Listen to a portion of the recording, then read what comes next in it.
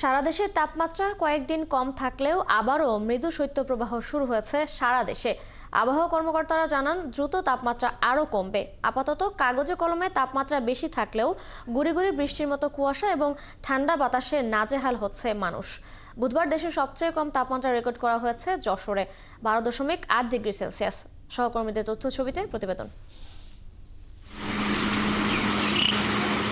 উত্তরের শেষ প্রান্তের জেলা কুড়িগ্রাম ঢেকে আছে মেঘে, সেই সাথে হিমালয়ের বরফ ছোঁয়া হিমেল বাতাসে কাহিল জনপদের মানুষ। ঠান্ডায় আক্রান্ত হয়ে হাসপাতালে ভিড় করছেন বহু মানুষ। মা বাবা ভাই বোন সবাই আর কি ওই অসুস্থ পড়ে গেছে আর কি। দুদিন পর্যন্ত প্রচুর পরিমাণ ঠান্ডা ছিল, কুয়াশা ছিল, অনেক কষ্ট ছিল। জয়পুরহাটে সকাল থেকে গুড়ি গুড়ি বৃষ্টির মতো ঝরছে কুয়াশা। 2 দিন ধরে সূর্যের দেখা মিললেও নেই উত্তাপ। পাশাপাশি গৃহপালিত প্রাণীদেরও শীতজনিত রোগবালাই দেখা দিয়েছে। আজকে হালকা বৃষ্টি, প্রচুর শীতের কারণে দোকানে বসে থাকা যাচ্ছে না। গরিব মানুষ একদিন কামাই করলে তো হয় না। মৌলভীবাজারের একদিনের ব্যবধানে আবারও ঘন কুয়াশার দাপট আর সূর্যের দেখা না মেলায় বিপর্যস্ত জনজীবন। একই কারণে জেলার 92টি চা বাগানের কয়েক লাখ চা শ্রমিক রয়েছেন দুর্ভোগে। দ্বিতীয়বারের মতো শৈত্যপ্রবাহ শুরু হয়েছে নওগাঁয়। প্রয়োজন ছাড়া বাড়ি থেকে কেউ বের হচ্ছেন না। বিকেল থেকে শীতের মাত্রা আরও বাড়ার শঙ্কা জানিয়েছে বদলগাছি আবহাওয়া অফিস। সকাল থেকে কুয়াশা না থাকলেও মেঘাচ্ছন্ন আকাশ আর হিমশীতল বাতাসে গত 2 দিনের তুলনায় শীত বেড়েছে নীলফামারীতে। খড়কুটো জ্বালিয়ে শীত তাড়ানোর চেষ্টা করছে তৃণমূল মানুষ। যে ঠান্ডা চলছে, আগুন না পেয়ে কর্ম করে যাবো। এই শীতে বেলা যায় না, কাজকর্ম করা যায় না। সকাল থেকে ঘন কুয়াশায় ঢেকে আছে গোটা উপকূলীয় জেলা পটুয়াখালী। কলাপাড়া ও কুয়াকাটায় দুপুর গড়ালেও সূর্যের দেখা মেলেনি। সূর্যটা দেখতে পারিনি, কুয়াশায় ঘেরা, এখন অব্দি সূর্য দেখা যাচ্ছে না।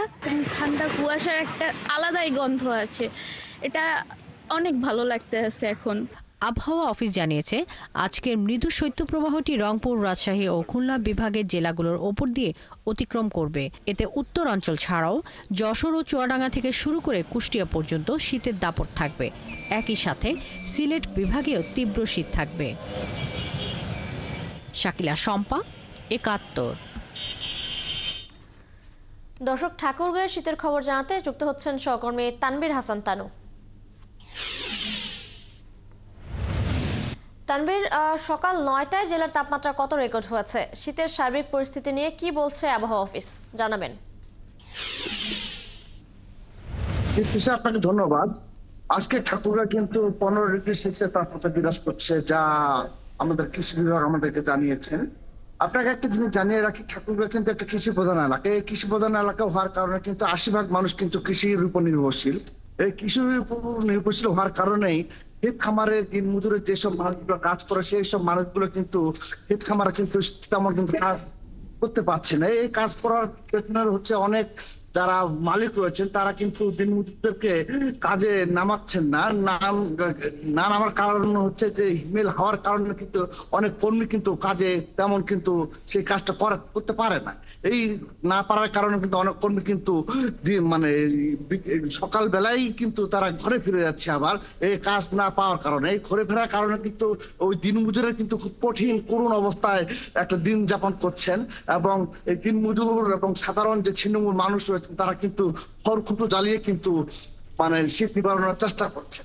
অপরদিকে ঠাকুরগাঁও আমাদের যে আধুনিক হসপিটাল রয়েছে সেই হসপিটালে কিন্তু বয়স্ক এবং শিশুদের রোগী কিন্তু দিন দিন বৃদ্ধি পাচ্ছে শীতজনিত রোগের কারণে।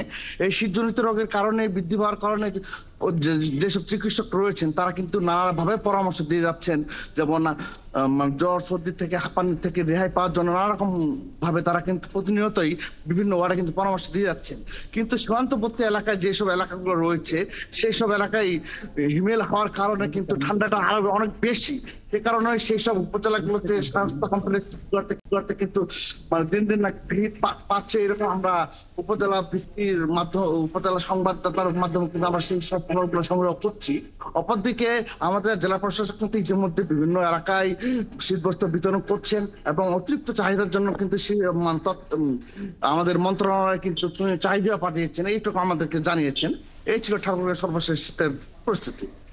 তানবীর, সঙ্গেই থাকবেন আপনি। আপনার মাধ্যমে জানছিলাম তীব্র শীতে দিনমজুর ও খেটে খাওয়া মানুষের দুর্ভোগের কথা। ধন্যবাদ আপনাকে।